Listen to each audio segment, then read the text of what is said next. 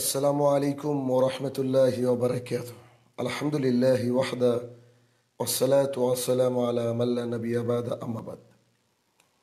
প্রিয় বন্ধুরা, দেশ বিদেশের যে যেখান থেকে এই আলোচনাটি শুনছেন বা শুনবেন, সবাইকে আন্তরিক মোবারকবাদ জানিয়ে আজকে ছোট্ট একটা বিষয় নিয়ে চলে আসলাম আপনাদের সামনে।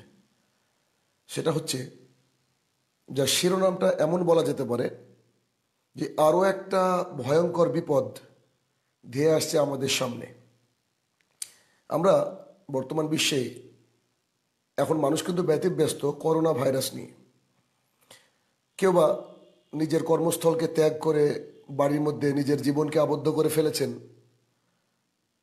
কেউ বা সমস্ত ব্যবসা বাণিজ্যকে ক্লোজ করে বাড়িতে অবস্থান করছেন, কেউ বা বাড়িতে থেকে বেরাবেন না বলে কয়েক মাসের খাবার দাবার বাড়িতে মজুত করে বসে পড়েছেন।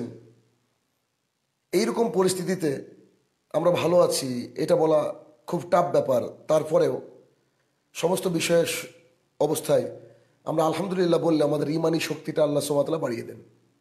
সো এরপরেও এই ভয়ঙ্কর পরিস্থিতিতেও আমরা পড়তে পারি আলহামদুলিল্লাহ। আর আরও একটা ইন্টারেস্টিং পার্ট, সেটা হচ্ছে যে করোনা ভাইরাস নিয়ে বর্তমান বিশ্বে যে সিচুয়েশান আমরা ফিল করছি, এই সিচুয়েশনের মধ্যে মানে যা হচ্ছে তার চেয়ে বেশি কিন্তু আমরা ইন্টারনেটের মাধ্যমে পাচ্ছি। মানে ভাইরাল হওয়ার জন্য অনেকে অনেক রকম কাজ করে, তো এটাও কোনো ব্যতিক্রম আলোচনা নয়। তো যাই হোক, তো করোনা ভাইরাস নিয়ে আমরা সবাই আতঙ্কগ্রস্ত। তবে সহিহ বুখারীর একটা হাদিস মনে রাখবেন, যখন কোনো মহামারীর মধ্যে মানে কোনো একটা বিশেষ রোগ যেটা সার্বিকভাবে গোটা পৃথিবীতে ছড়িয়ে পড়ে, ওটাকে মহামারী বলা হয়। আর এই মহামারীতে যদি কোনো ব্যক্তি মারা যায়, ইমানদার মানুষ মারা যায়, তাহলে সে শহীদের মর্যাদা পায়। সুতরাং আপনি করোনাকে ভয় না করে করোনার রব আল্লাহ সুবহানাহু ওয়া তাআলাকে যদি ভয় করেন, তারপরে যদি আল্লাহ সুবহানাহু ওয়া তাআলা আপনার মৃত্যুটাকে এনে দেন, তার মধ্যে রয়েছে কল্যাণ। সুতরাং মাস্ক ব্যবহার করতেই পারেন, আপনি আপনার প্রিকশন ওটা নিতেই পারেন। হ্যাঁ, এক্সট্রা অ্যাডভান্স আপনার যে কি বলবো টেক কেয়ার, সেটা আপনি করতেই পারেন। আলহামদুলিল্লাহ, সব ঠিক আছে। কিন্তু সর্বোপরি যখন কোনো মহামারী এইভাবে ছড়িয়ে পড়ে, তখন বুঝতে হবে যে আমাদেরকে পাপ কাজকে ত্যাগ করতে হবে, ভালো কাজের দিকে ফিরে আসতে হবে, বেশি বেশি ভালো কাজ করতে হবে। তাহলে আল্লাহ সুবহানাহু ওয়া তাআলার কাছে চাইলে আল্লাহ সুবহানাহু ওয়া তাআলা সেটাকে মহামারী যে আকার, সেটা থেকে কিন্তু আমাদেরকে নিস্তারও দিতে পারেন। তো এইরকম একটা পরিস্থিতি যেখানে বিশ্ব আজকে ব্যতিব্যস্ত। গোটা পৃথিবীর দিকে তাকিয়ে দেখুন, চীন থেকে শুরু হয়েছে, তারপরে গোটা বিশ্ব একদম স্কুল কলেজ অফিস আদালত সব ছুটি দিয়ে বসে আছে, কখন কি হয়। মানে হাজার হাজার মানুষ, লক্ষ লক্ষ মানুষ কিন্তু মারা যাচ্ছে এই করোনা ভাইরাসের এতে আর কি। করোনা ভাইরাসের মাধ্যমে সংক্রমিত হয়ে বিভিন্ন সোশ্যাল মিডিয়ায় বিভিন্ন তথ্য দিচ্ছে কি করে, মানে how to improve your life from the corona virus, বা এই ডেঞ্জার জোন, এখান থেকে কি করে আমরা ফিরে আসতে পারি। এই বিষয়ে কিন্তু আজকে বিশ্ব ব্যতিব্যস্ত। কিন্তু আমরা যদি একটু খেয়াল করতাম যে করোনা ভাইরাস যদি আল্লাহর আজাব বা গজব হয়, হতেই পারে, না হওয়ার কিছু নেই। মানে বর্তমান বিশ্বে কিন্তু পাপীদের সংখ্যা অনেক বেশি। আমরা বেশিরভাগই কিন্তু আমরা পাপী মানুষ। সুতরাং আমাদের পাপের কারণেই কি আল্লাহ সুবহানাহু ওয়া তাআলা দিচ্ছেন এইগুলাকে ভেবে যদি আমরা আমাদের জীবনটাকে শুধরানোর চেষ্টা করি, তাহলে কিন্তু অনেক সুন্দর জীবনটা হয়, তাই না? আচ্ছা, যদি এটা হয় আলহামদুলিল্লাহ, ঠিক আছে। এবার এখন যেটা আমি বলতে চাইছি, যেটা নিয়ে আজকে আলোচনা, যে আরও একটা ভয়ঙ্কর বিপদ সামনে ধেয়ে আসছে। অনেকেই এই করোনা থেকে বাঁচার জন্য চালকে মজুত করছেন, ডালকে মজুত করছেন, আর ভাবছেন যে না, বাড়ির থেকে বেরাবো না। কেন? এই জন্য বেরাবো না যে বেরোলে করোনা ভাইরাসে আক্রান্ত হতে পারি, মারা যেতে পারি। সুন্দর এই পৃথিবীতে কে বাঁচায় দুনিয়া এই মায়া ত্যাগ করতে? সুতরাং এই করোনার জন্য আপনি চাল ডালকে মজুত করছেন, অফিস আদালতে যাওয়া বন্ধ করে দিয়েছেন, মানুষের সাথে মেশা বন্ধ করে দিয়েছেন। এই সিচুয়েশনে আমি যদি আপনাদের বলি যে আরও একটা ভয়ঙ্কর বিপদ আপনার আমার সামনে চলে আসছে, তখন পরিস্থিতি কত ভয়াবহ হতে পারে, কত ভয়াবহ। জি, আরও একটা ভয়াবহ পরিস্থিতি আমাদের সামনে আসছে, সেটা হচ্ছে পঙ্গপাল। জি, অনেকেই শুনেছেন নাম পঙ্গপাল। হ্যাঁ, ছোট্ট একটা পতঙ্গের মতো কীট, একটা জীব পঙ্গপাল। এই পঙ্গপাল বর্তমান বিশ্বের বহু দেশে ছড়িয়ে পড়েছে। সংবাদ মাধ্যম অনুসারে প্রায় 46টা দেশে এই পঙ্গপালের প্রাদুর্ভাব শুরু হয়ে গেছে অলরেডি। 46টা দেশে, কেনিয়া, ইথিওপিয়া, সোমালিয়া, আফ্রিকার 14টা দেশ, পাকিস্তান, ভারতের কিছু অংশে এই পঙ্গপাল কিন্তু ছড়িয়ে পড়েছে। এই পঙ্গপাল ছড়িয়ে পড়েছে, তো পঙ্গপালটা কি যদি আমি একটু খেয়াল করি যে পঙ্গপালটা কি, এর মাধ্যমে কি হতে পারে, আমাদের কি ঘটতে পারে, এটা যদি আপনি জানেন তা আপনি আরো আটকে উঠবেন। করোনা, আরে করোনা থেকে তো ঘরের মধ্যে থাকলে বেঁচে যেতে পারি, কিন্তু পঙ্গপাল থেকে কি করে বাঁচবো? এটা তো অনেক বড় একটা মুশকিল ব্যাপার। হ্যাঁ, পঙ্গপাল এরা ঝাঁকে ঝাঁকে উঠতে শুরু করেছে, ঝাঁকে ঝাঁকে উঠতে শুরু করেছে। আফ্রিকায় মানে আফ্রিকা যে জায়গা, যে দেশ হিসেবে আমরা চিনি, তো সেই আফ্রিকা দেশ বলেন, মহাদেশ বলেন, যাই হোক না কেন, সেই আফ্রিকায় কিছুদিন পূর্বে যত পরিমাণ বৃষ্টি হওয়ার প্রয়োজন ছিল তার চেয়ে 400 গুণ বেশি বৃষ্টিপাত ঘটে, যার ফলস্বরূপ পঙ্গপাল সেখানে অনেক বিস্তার লাভ করেছে। লক্ষ লক্ষ কোটি কোটি পঙ্গপাল কিন্তু জন্মলাভ করেছে। ওই পঙ্গপাল যখন কোনো জমির উপর দিয়ে উড়ে যাচ্ছে একসাথে ঝাঁকে ঝাঁকে, তখন সেই জমির সমস্ত ফসলকে খুব শর্ট সময়ে পুরোপুরি সাবার করে দিচ্ছে। হ্যাঁ, আপনি ধান বুনেছেন, জমিতে গম লাগিয়েছেন, ভুট্টা চাষ করছেন, মৌসুরির চাষ করছেন, ঝাঁকে ঝাঁকে পঙ্গপাল আসলো, সবগুলাকে সাবার করে দিল। তার মানে পুরো মাঠ পরিষ্কার। এখন কি খেয়ে বাঁচবেন? টাকা পয়সা থাকলেই মানুষ বেঁচে থাকতে পারে না। এইরকম একটা ভয়ঙ্কর বিপদ আমাদের কিন্তু আগত, চলে এসেছে অলরেডি। হয়তো আপনি আমি মুর্শিদাবাদ বা আশেপাশে বসবাস করি, এখনো আমরা এখান থেকে হয়তো ফিল করছি না যে কোথায় এসেছে এটা। পাকিস্তানে অলরেডি চলে এসেছে। গুজরাটের কিছু এলাকা, প্রায় আপনার ওই মোটামুটি 4 লাখ হেক্টর, গুজরাটে প্রায় 4 লাখ হেক্টর জমির ফসল কিন্তু অলরেডি ক্ষতিগ্রস্ত। এই পঙ্গপালের কাজ কি জানেন? আপনার খাদ্যশস্যকে সাবার করে দেবে। এক ঝাঁক পঙ্গপাল নিয়ার অ্যাবাউট প্রায় 35,000 মানুষের খাবারকে সাবার করে দিচ্ছে। জি, শুনে চমকাচ্ছেন তো ভাই? মহা মুশকিল, মহাবিপদের দিকে আমরা ধাবিত হচ্ছি। একটা ঝাঁক পঙ্গপাল যদি 35,000 লোকের খাবার একদিনে সাবার করে, আর এই পঙ্গপাল যদি 1 সপ্তাহ স্টে করে, 1 মাস স্টে করে, 1 বছর স্টে করে, ক্যান ইউ ইমাজিন? আমরা কি কল্পনা করতে পারছি? খুব শীঘ্র আমরা এই গোটা বিশ্বের মানুষ, বেশিরভাগ মানুষ খাদ্য সংকটে পড়তে চলেছে। A person cannot live without food. মানুষ বেশি দিন খাবার ছাড়া বাঁচতে পারে না। তার বেঁচে থাকার রসদ হচ্ছে খাবার। আর এই খাবারটাকে সাবার করে দিতে চলে আসছে পঙ্গপাল। এক ঝাঁক পঙ্গপাল একদিনে 35,000 মানুষের খাবারকে সাবার করে দিচ্ছে। একবার ভাবুন তো অবস্থাটা কি হবে। চেষ্টা করছেন আপনার ওই সোমালিয়া, কেনিয়া, ইথিওপিয়া, আফ্রিকার বিভিন্ন দেশের ভালো ভালো টেকনোলজি যে দেশে রয়েছে, ওই দেশে চেষ্টা করা হচ্ছে যে আমরা এখান থেকে কি করে বাঁচবো পঙ্গপাল থেকে। তখন তারা আপনার হেলিকপ্টারে করে, জাহাজে করে বিভিন্ন রকমের কীটনাশক ছড়াচ্ছেন উপর থেকে। কিন্তু তিনারা কীটনাশক ছড়ানোর পরে বলছেন যে কীটনাশক ছড়িয়ে আমরা তেমন কোনো লাভবান হচ্ছি না। সুতরাং মানুষের টেকনোলজি হেরে যাচ্ছে পঙ্গপালের কাছে। এখন আমার একটা প্রশ্ন, সেটা হচ্ছে নবী করিম সাল্লাল্লাহু আলাইহি ওয়াসাল্লাম বলেছেন কোনো এক সময় কোন একজন নবী,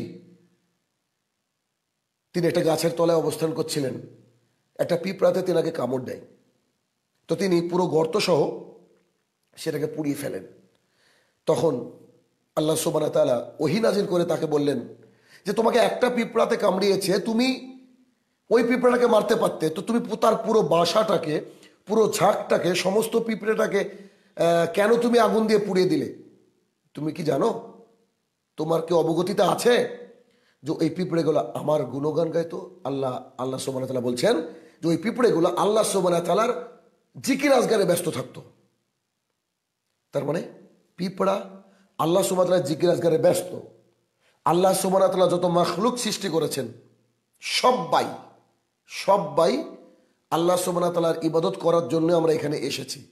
তবে বিচার হবে মানুষ আর জিনের, মানুষ আর জিনের। কিন্তু এই মানুষ এবং জিনি আমরা কিন্তু আল্লাহ সুবহানাহু ওয়া তাআলার নাফরমানিতে ব্যতিব্যস্ত। আমরা আল্লাহ এবং আল্লাহ রসুলের ইত্তেবা থেকে মুখ ফিরিয়ে নিয়েছি।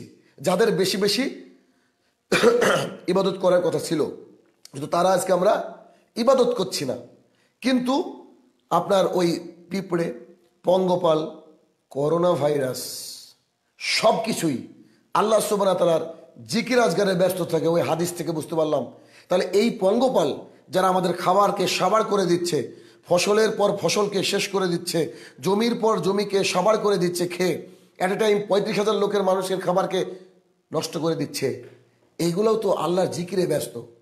সুতরাং এই যে আল্লাহর জিকিরে যারা ব্যস্ত, তো এটা থেকে এই পঙ্গপালকে রুখতে পারে আমাদের কীটনাশক এমনটি নয়, যার প্রমাণ আমরা ইতিপূর্বে পেয়ে গিয়েছি। তবে আমরা বাঁচতে পারি, আমাদেরকে বাঁচাতে পারে করোনা ভাইরাসের, পঙ্গপালের, আপনার আমার সবারই মালিক আল্লাহ সুবহানাহু ওয়া তাআলা। তার মানে আল্লাহ সুবহানাহু ওয়া তাআলাই কেবলমাত্র আমাদেরকে বাঁচাতে পারে। এই করোনা ভাইরাস, পঙ্গপাল সব আল্লাহ সুবহানাহু ওয়া তাআলার হয় পরীক্ষা, অথবা নিয়ামত, অথবা আল্লাহ সুবহানাহু ওয়া তাআলার তরফ থেকে গজব। এখন যাই হোক না কেন, তা তো আমরা যদি একটু খেয়াল করি, এটা তো আমাদের জন্যই আসছে। আর পরীক্ষা তো হয় মুমিনদের উপরে। মুমিনের সংখ্যা পৃথিবীতে হয়তো অনেক কম। আসলে এগুলো কি গজব নয়? একটার পর একটা, একটার পর একটা দেখেন আল্লাহ তরফ থেকে কিন্তু গজব চলে আসছে। সুতরাং এই যে পঙ্গপালের দৃশ্যটা ঘটছে, এই সোমালিয়া, ইথিওপিয়া, আপনার কেনিয়ার বহুল অংশে অনেক জায়গায় সব সাবার করে দিয়েছে, অলরেডি পাকিস্তানে চলে এসেছে এবং ভারতে এন্টার করা শুরু হয়েছে, বা কিছু কিছু রাজস্থানের ওই সাইডে অলরেডি চলে এসেছে, সংবাদ মাধ্যমের মাধ্যমে যেটা আমরা জানতে পেরেছি। আপনারা আমার এখানে আসতে কতক্ষণ? পঙ্গপাল থেকে কি আমরা রেহাই পাবো? একবার খেয়াল করুন তো, আল্লাহ সুবহানাহু ওয়া তাআলা এইভাবে গজব দেন কিনা?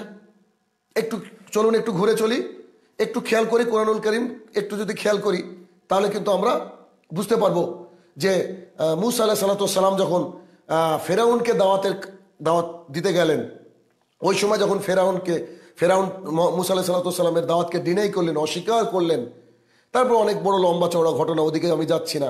তখন আল্লাহ সুবহানাহু ওয়া তাআলা কিন্তু ব্যাঙের মাধ্যমে, উকুনের মাধ্যমে, রক্ত বৃষ্টির মাধ্যমে, পঙ্গপালের মাধ্যমে তাদেরকে কিন্তু শাস্তির স্বাদকে আস্বাদন করিয়েছিলেন।